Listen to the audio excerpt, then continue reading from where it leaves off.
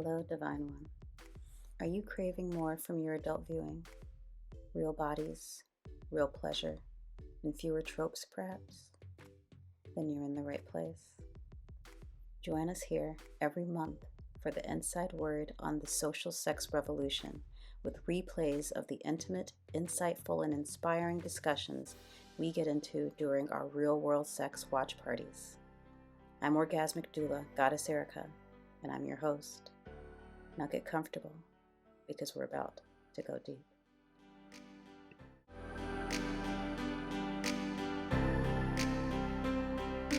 Let's do a quick roll call. I would like to give a big thank you to Big Daddy for running tech support, to my GIMP for providing service, to my co-host and lovely friend Zeb. It's also Zeb's birthday, so everyone, throw up a heart for Zeb's birthday. He is also a local dom and a cosplay genius. So if you are not following him on Instagram, thank you, Sam.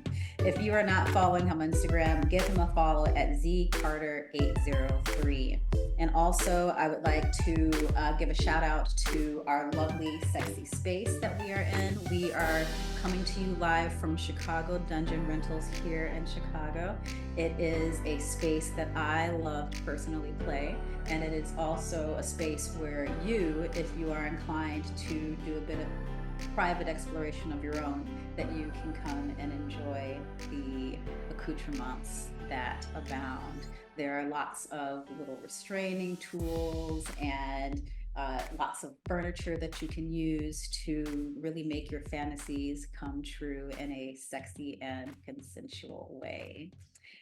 But first, let's begin by grounding ourselves in this space. I would like for you to close your eyes and to find a comfortable position seated. I want you to connect to your breath, and I want you to drop your shoulders as you feel your belly expand and contract, feeling your belly button push all the way back towards your spine for a full and complete exhale. And I want you to do a body scan, beginning at the top of your head. Imagine that a lover is caressing you from the top of your head and coming down the sides of your face. And as you are noticing these parts of your body, I want you to unfurl your brow and unclench your jaw and drop your tongue from the roof of your mouth. I want you to take one big gulp as you open up your throat chakra and feel your breath flowing down your throat and into your lungs and expanding outward across every part of your body, filling you with strength and energy. I want you to feel your heart open as you're drawing in your breath and releasing with gratitude. I want you to thank yourself for finding time to be in this space, for finding time to seek pleasure. And as you inhale, I want you to feel your belly expand, and I want you to feel the expansiveness of yourself, Divine One. And I want you to feel that air flow all the way down into your most sacred spaces where you seek pleasure, perhaps. And I want you to ask yourself, why am I here tonight? What am I seeking? What am I hoping to learn? And then I want you to leave yourself open to being surprised. And with one last final deep inhale, I'd like you to exhale, thank you. Thank you for being here tonight. Thank you for joining us. Tonight's theme is the earth and grounding and finding the strength and being grounded. And what does that mean with sex? Well, we're going to find out.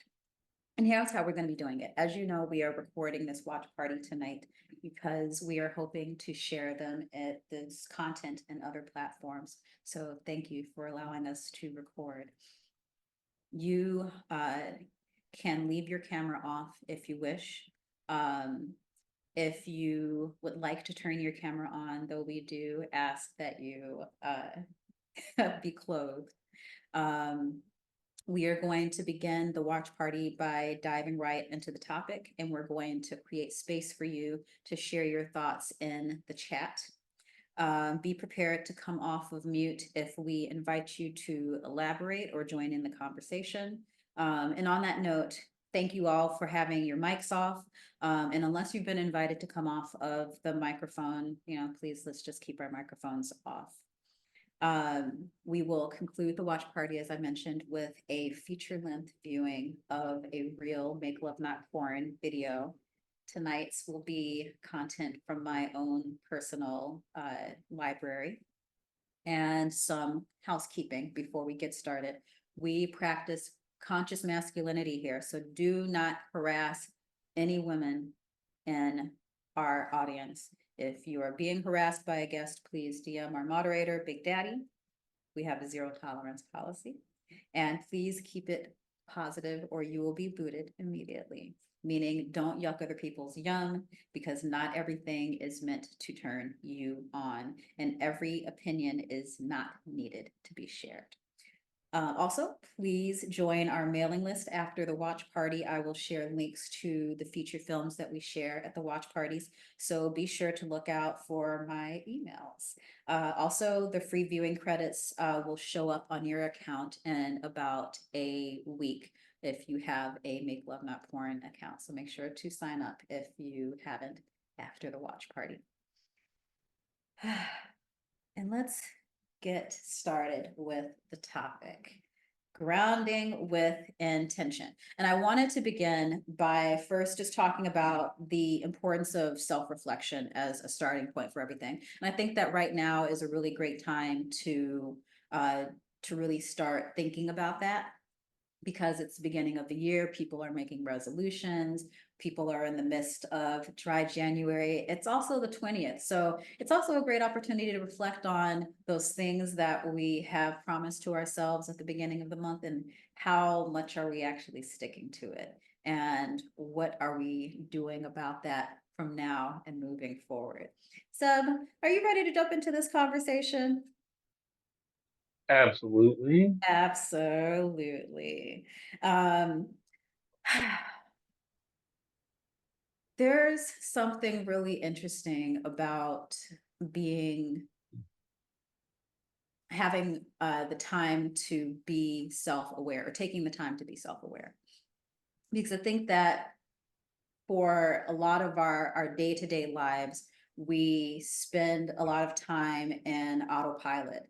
Just kind of, this is what I'm supposed to do. I get up, I make the coffee, I go to work, I do this, I please my boss, and there's little thought put to our own pleasure and our satisfaction. And we think about ways to soothe ourselves. Maybe the coffee is your favorite coffee, or maybe you're going to have like your favorite lunch, or you're going out and hanging out with friends later on. But it's really only at the beginning of the year that we start to kind of take stock of what it is that we want for ourselves. Human beings tend to be creatures of habit, but we also tend to be creatures of tolerance. Mhm. And if something is not actively making us uncomfortable to the point where it's unbearable, we'll just continue and continue and continue. And if you stop and take a moment, self reflection gives you the opportunity to see, oh, well, I've been in this dead end relationship for a set amount of time. I've been at this job I hate for this amount of time. I've been, eating like crap for the past X amount of months, and I haven't done anything to change that. So the moment you use to take stock is usually around, your birthday or the end of the year, or if it's in your relationship, it's usually around the It's Valentine's usually Day. at times of transition, which I think is Yeah, actually a really great point to bring up because it fits very nicely into my sensibilities as a doula. There are changes that happen in your life that make you start to reflect on who you are and what you want, and it it requires a bit of, I think it requires a bit of uh, looking inward to decide what makes you happy. Um, when you are when you're at a state of transition, um, it almost feels like this gray space between one version of yourself and another version of yourself. And it's the I use this metaphor often, the goo of being in the chrysalis of the butterfly cocoon, and how you haven't fully formed, and it's this really wonderful opportunity for you to take stock of your lives, or of your life. And or maybe that was a Freudian slip. Maybe it is a taking stock of the lives that you live. Um, but in those moments, you have this rare and beautiful opportunity to really take inventory of who you are, and if who you are right now is lining up to who you want to be. And I think that we miss this opportunity when we're deciding who we want to be, to embrace the things that we enjoy. We think that like being this ideal version of ourselves requires that we do hard, not enjoyable things. And it definitely requires that we do hard things to make progress, but it certainly shouldn't be in service to things that aren't serving us.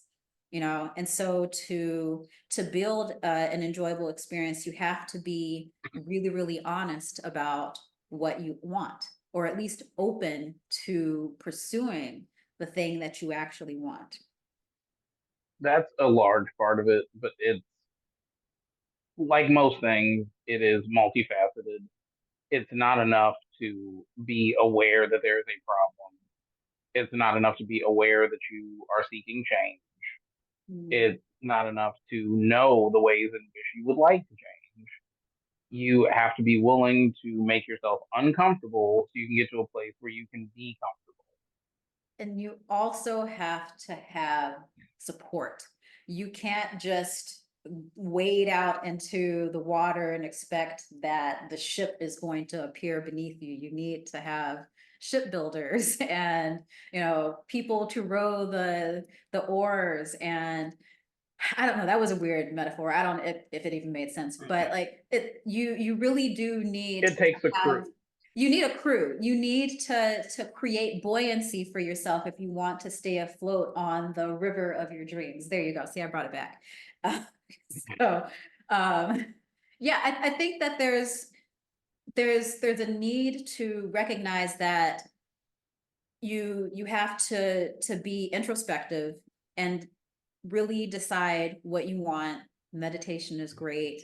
Taking time to just be alone, to be honest, to do shadow work, which requires that you actually look at the darker sides of yourself, the parts of yourself that you don't like, and work backwards and decide what it is that you want to do and want to be. And then from there, you decide if the people and the things around you are supporting you in that direction. And let's talk about what that looks like in different parts of life. So we were talking about transition, right? We're talking about like transitions of year, transitions of birthday, transition from being pregnant to being a parent, transitions from, there's all of these different major transitions, but then there are these like minor transitions that happen in your life. Maybe you decide that you want to change I don't, maybe this isn't minor. You want to change your career. That seems a little bit major, but maybe you want to change your style. Maybe you want to change your hair, or maybe you want to change the way that you're enjoying sex, or or the way that your relationship is structured. There are all of these opportunities to see the opportunity within transition.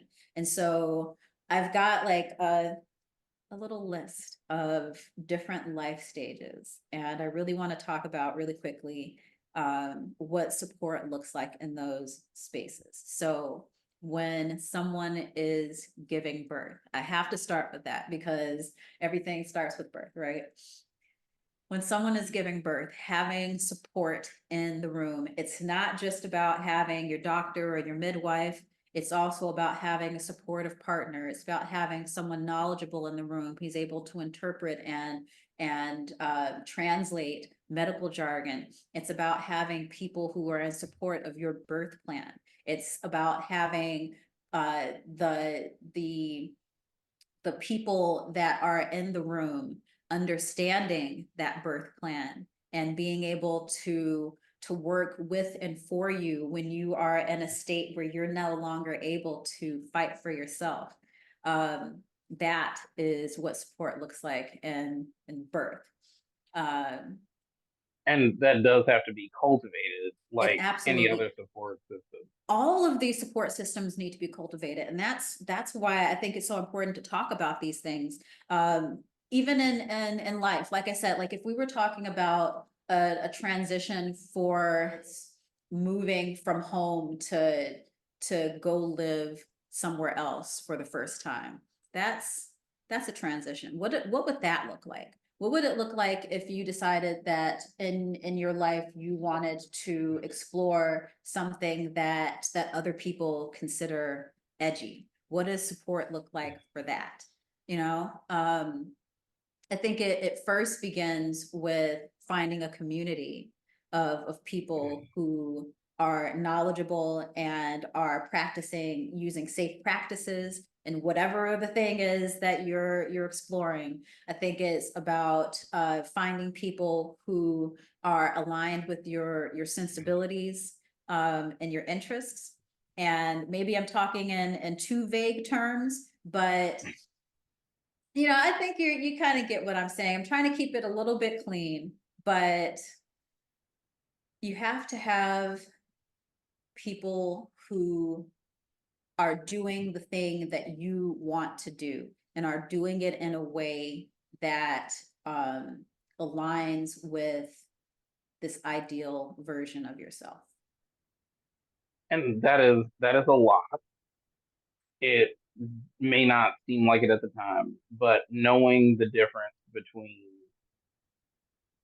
wisdom and knowledge when trying to cultivate your team or your support system is a very big deal. A lot, just because a person knows a lot about a subject does Mm, not mean they are versed in navigating the subject. mm, Just because a person may have a large support system of their own, or may have flunkies, or may have like all these great stories, it doesn't necessarily mean that they are navigating the space the same way you would. yeah. They, like as a dom, there have been plenty of things in the community that I find legal but unethical. They don't Mm, align with my personal sensibilities in how you treat newcomers to the scene, how mm, you treat people who are looking to apprentice under you. mm.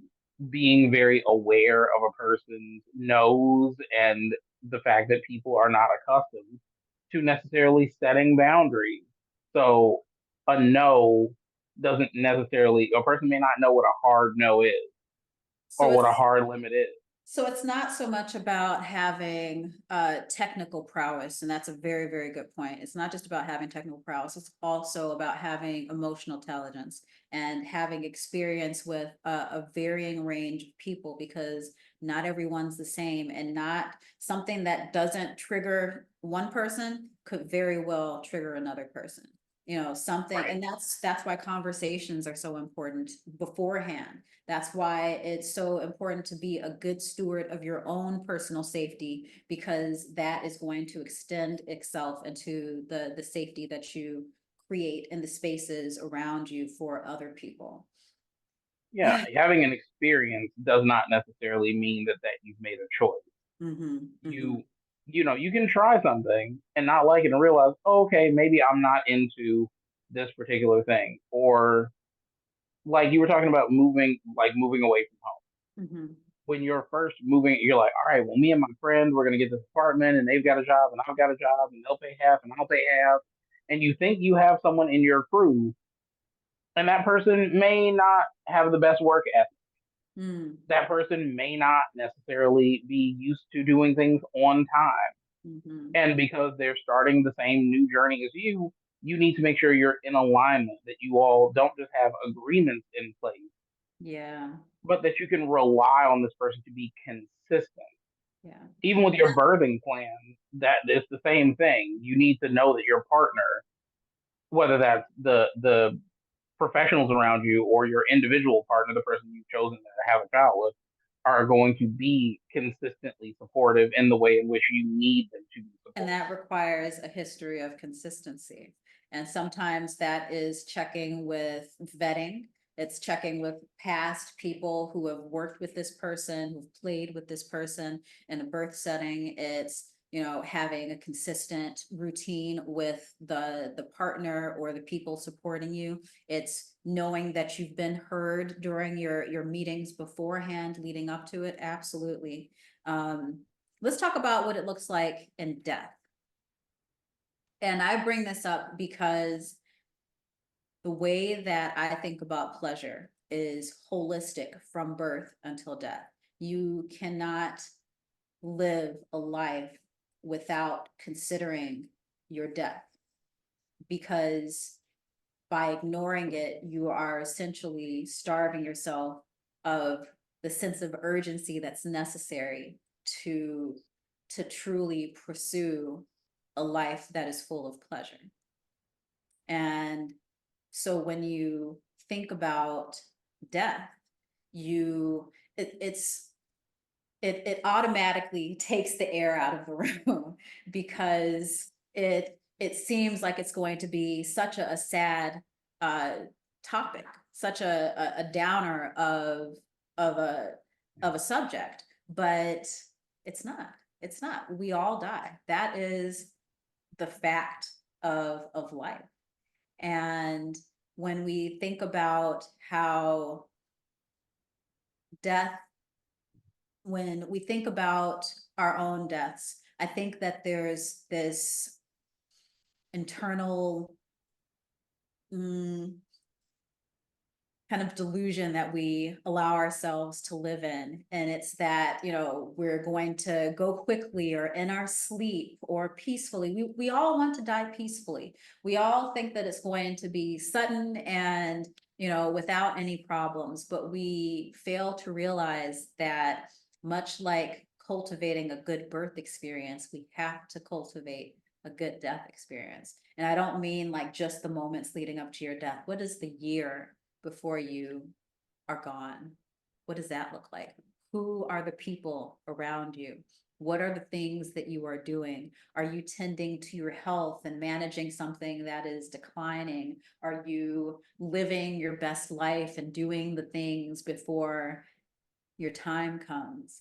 Are you taking stock of who you are and what you've become? Are you celebrating yourself? Are you looking back on your accomplishments and saying to yourself, and not even your accomplishment, are you just looking back at your life and reflecting with compassion and satisfaction and joy? And if you're not, then maybe now's the time to think about living a life that's a bit more full of pleasure. And if we are looking for support in a life that's full of pleasure, what better place to start but with the pleasure that comes from release. So let's talk about what pleasure looks like online.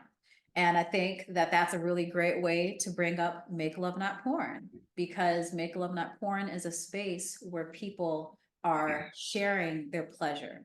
They are sharing it with such honesty and earnest Authenticity.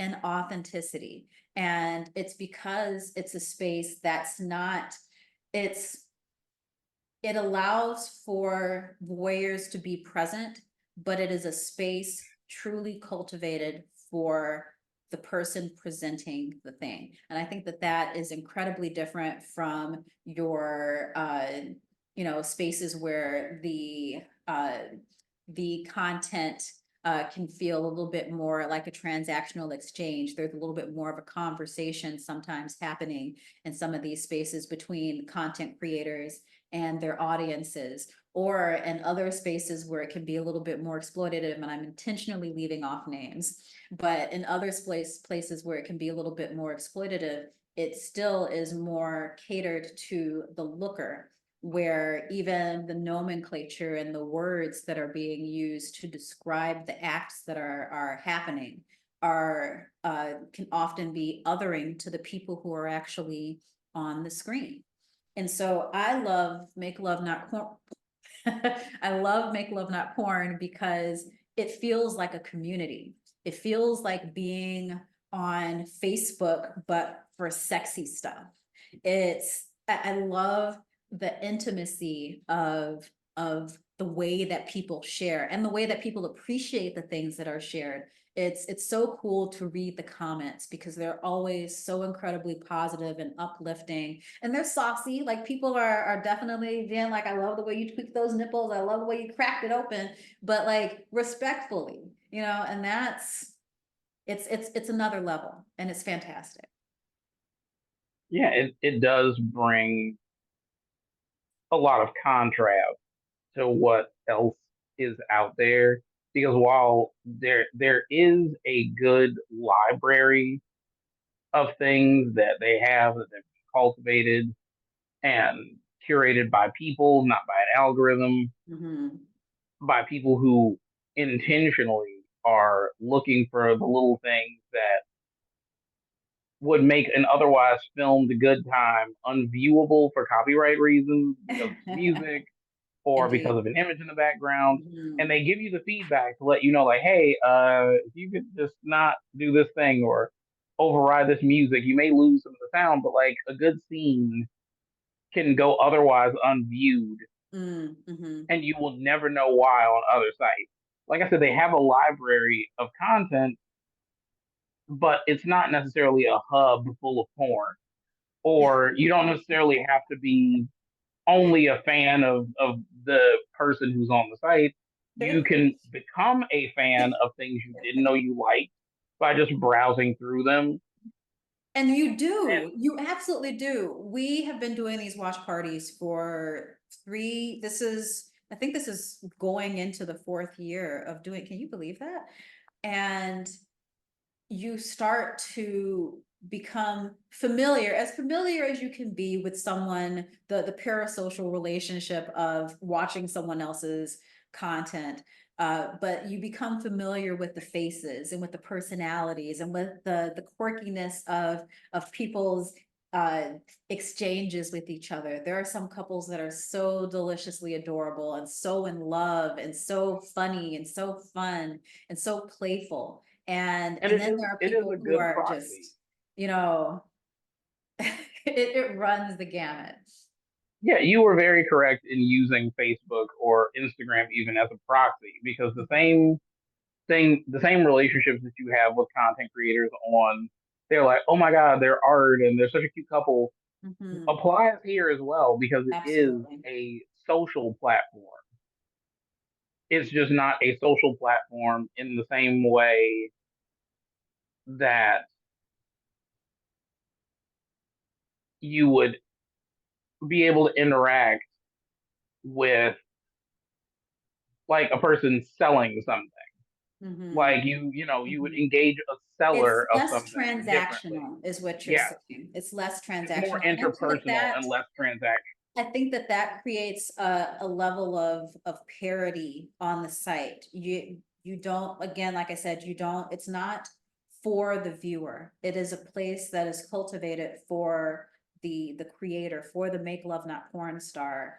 And the viewer is a lucky participant in this exercise, and that makes it so deliciously beautiful. I also love the freedom of expression that you get in this space. There are just, like I said, there's so many different types of personality, so many different types of content that you're going to find. And they don't like to talk about what they upload to Make Love Not Porn, or we don't like to talk about it so much as scenes, because there's no acting. Like we may be role playing in some of these uploads, but it's not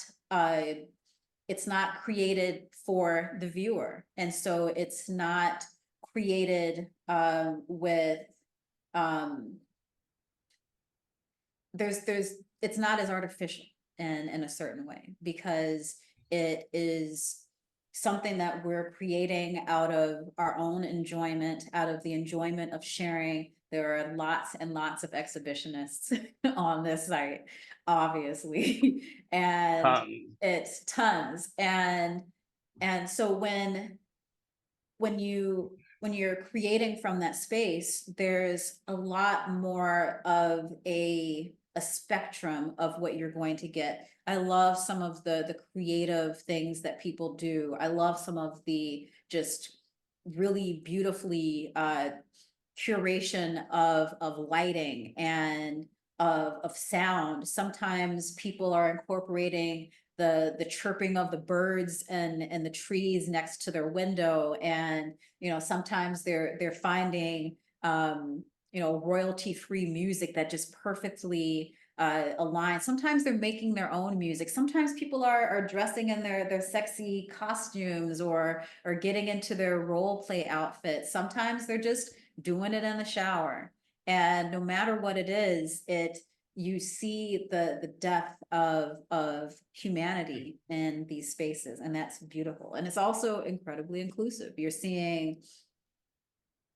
I love that you see age, and I love that you see it in a way that is not mocking or belittling or diminishing. It is people who are in their golden years. I don't know if people like being called in their golden years. There are people on the other side of what is considered young, and they are getting it in, and they are, having the wildest, most passionate, most honest sex. And there's something to be learned from people who have been doing it for a long time. And so, like, there's something really great about that. Even the site's founder, Cindy Gallup, is an older woman who enjoys having sex with younger men.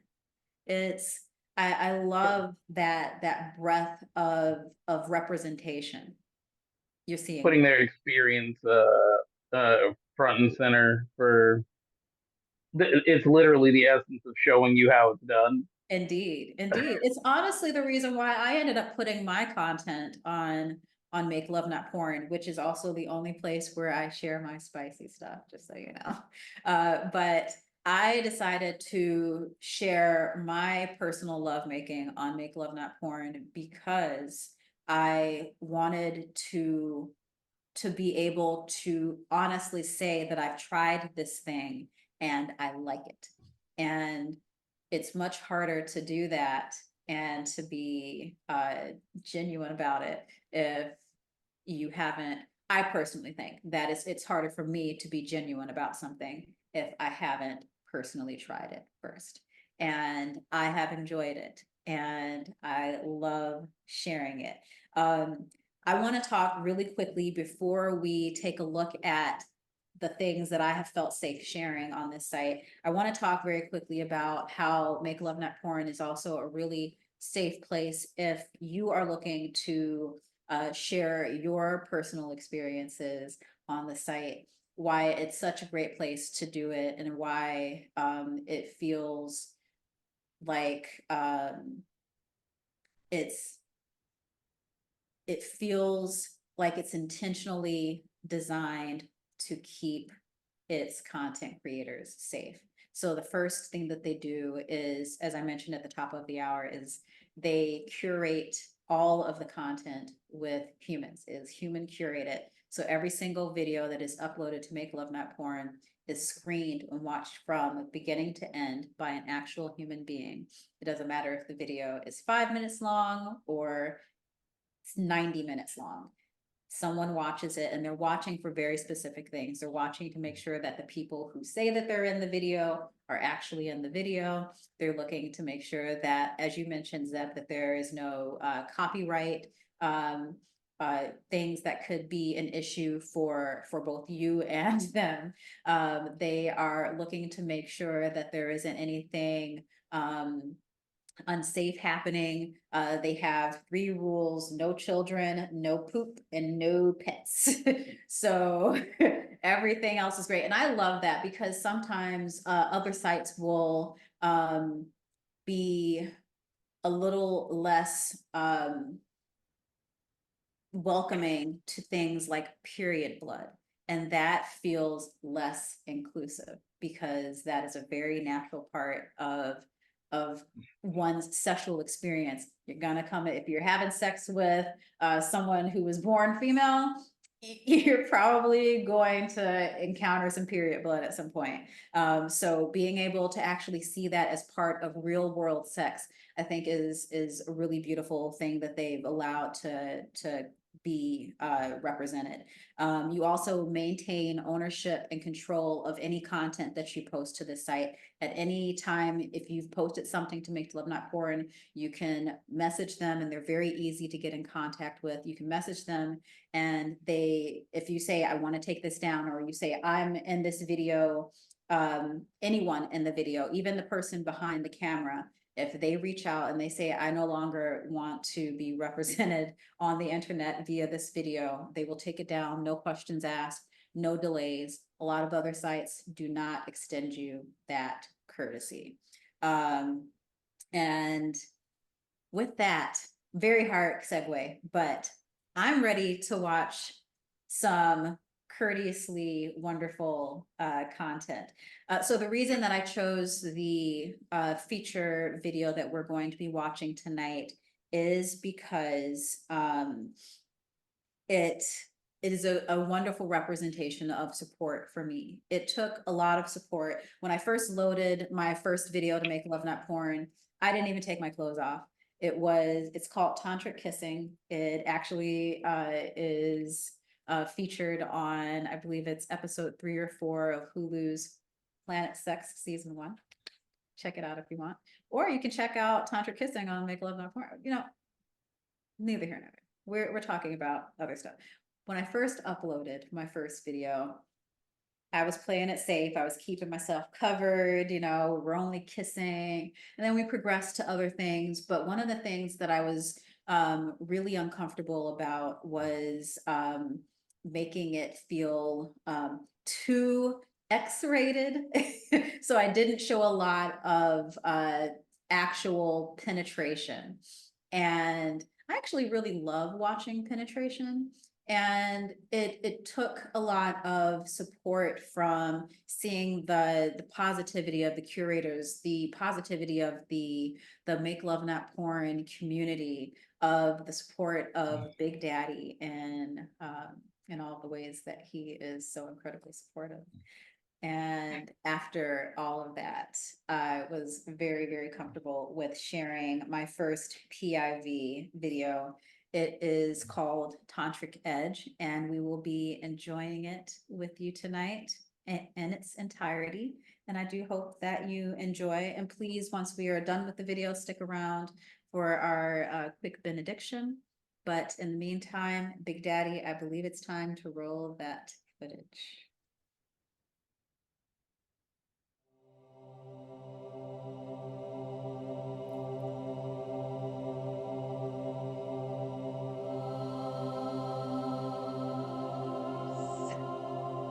Whose hands?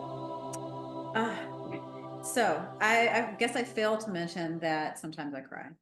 And that was captured on video. I'm really going to enjoy this watching long form videos because I don't get to often rewatch after I've posted. And this is a very nice reminder of all of the great times. This obviously can't be a consistent practice because some of your videos are over an hour long. Some of my videos are over an hour long and they cost the same as the 15-minute videos. So there's that. So first and foremost, kudos to your husband for having the Thundercop? stamina and Yes. the patience of a Mesopotamian god, first and foremost. Mhm. Secondly, there's very minimal actual verbal communication, but when there is, it is gentle, it is kind, it is very connective, and exceptionally sweet He is before you get adorable. railed some more, which is great. And then comes in clutch 2 seconds after it's over with, like, got a towel. And it's like, this is I why. mean, prepared. I mean, there is a reason why he won my hand. It is because he knows how to please a goddess. And yes, it is the gentle nature while also being firm. It is also the checking in when I started. This is not the first time I've cried during sex, but every time I cry during sex, Big Daddy checks in.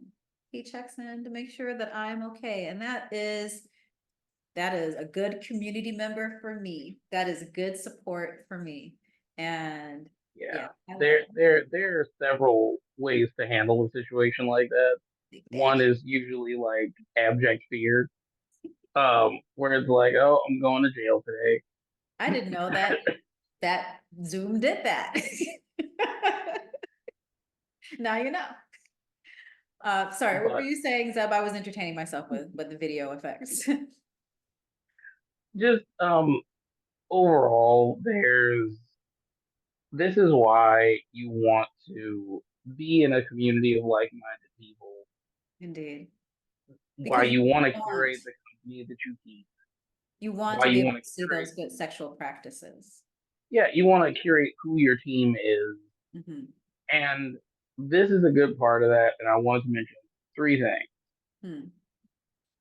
Thing number one about choosing and curating your team. A lot of people don't make it in the transitional phase to the actual transition rather than Indeed. They get regressing. stuck in the muck. Yeah, they regress or they fall back on old habits because they think the team that I have, the people that are in my circle, are not gonna hold me accountable. They're not gonna help. They're not gonna be supportive in the way that I need them to be supportive. So I can't do it. Your team and the people you curate around you do not always have to be your family. They don't always have to be your friends. They can Mhm. be professionals in a Mhm. field that you Mhm. are paying to be there and to be professional to help you get where you're going to go. If you have a partner and you know that you don't like the way your body feels or the way your body looks and you want to lose some weight, Mhm. you figure it should be a team effort. You and your partner could do it together. You can hold each other accountable. If your partner's like half-assing it or not interested or Then you're don't kind of have the, sabotaging yourselves, you know? yeah, because you're not doing it with them. But if you want to pay a personal trainer, there's nothing wrong with that. Yes, there's There's nothing nothing wrong wrong with, with that kind of exchange, that kind of yeah, a transaction because you are getting something that you want and need. yeah. Part of that also is the fact that sometimes your team is you, just you. Sometimes Mm-hmm. your team consists of you literally doing everything. It will take longer. There will be more setbacks, but you being your own support team, you being your own cheerleader is sometimes what it takes to make progress. to And to move find the forward. other people who are willing to step up and show up. It's almost as if you are the manager of your team. We're all Yeah, managers of who do we need to bring in for this? How do I need to show up for that? Because I don't have this, and this, yeah, guaranteed. You have to show up for yourself first. And sometimes showing up for yourself is deciding that you need to hire someone. It's deciding that this person that you've been working with or who's in your life for, maybe it's just kind of compulsory. They've just always been there and you expect that it's never going to be exactly the way that you need it to be. You have to recognize that sometimes, you have to adjust the aperture of your relationships in order to get the right mixture of people to support you into the version of yourself, into the version of your life, into the version of your pleasure that you are looking for. yeah. Sometimes those small transitions you were talking about are literally just adjusting your mindset Mhm. by removing the expectation Indeed. that the people in your life will show up or can change or be different. Everyone is capable of something, but not everyone is interested in changing or motivated to change. Indeed.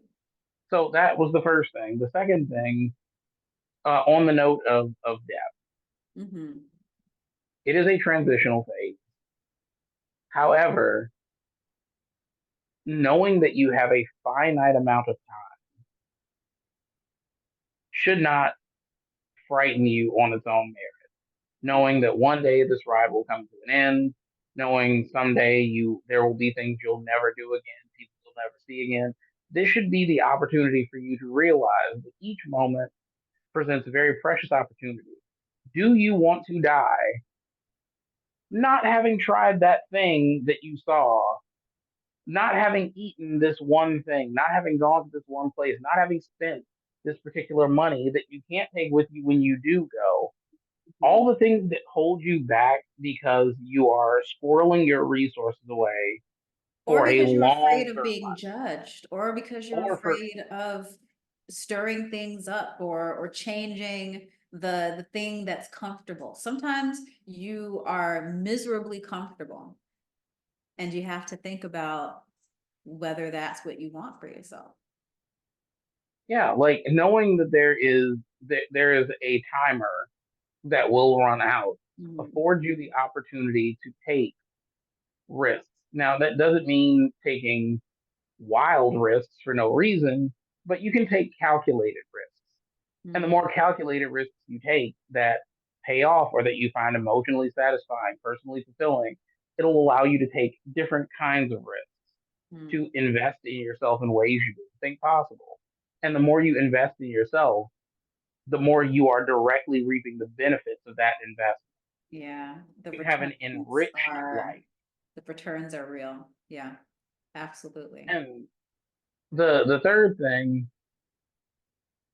I have no idea how you consistently throughout that entire video are moister than a Duncan Hines cake because I can hear it from start to goddamn finish. There was no point where it's like, maybe we need some lube. Let's just stop for a second and refresh and think. Like, that was, I don't even know how long that was. It felt like it was 45 minutes of someone just making macaroni. And Big I'm just Daddy like, is a very cool. exciting man. He excites me. I get very excited about him. I love and hate him so much all the time, all of the time. Big Daddy loves it. Big Daddy loves you too. I don't know if this is like the best way to bring this to an end, but I think on that note, I would like to thank everyone who joined us tonight for joining our watch party. Oh, wait, we have a comment in the comment before. What is the secret of stamina, Big Daddy? Big Daddy, what's the secret of stamina? Do you want to share? Got us, Eric.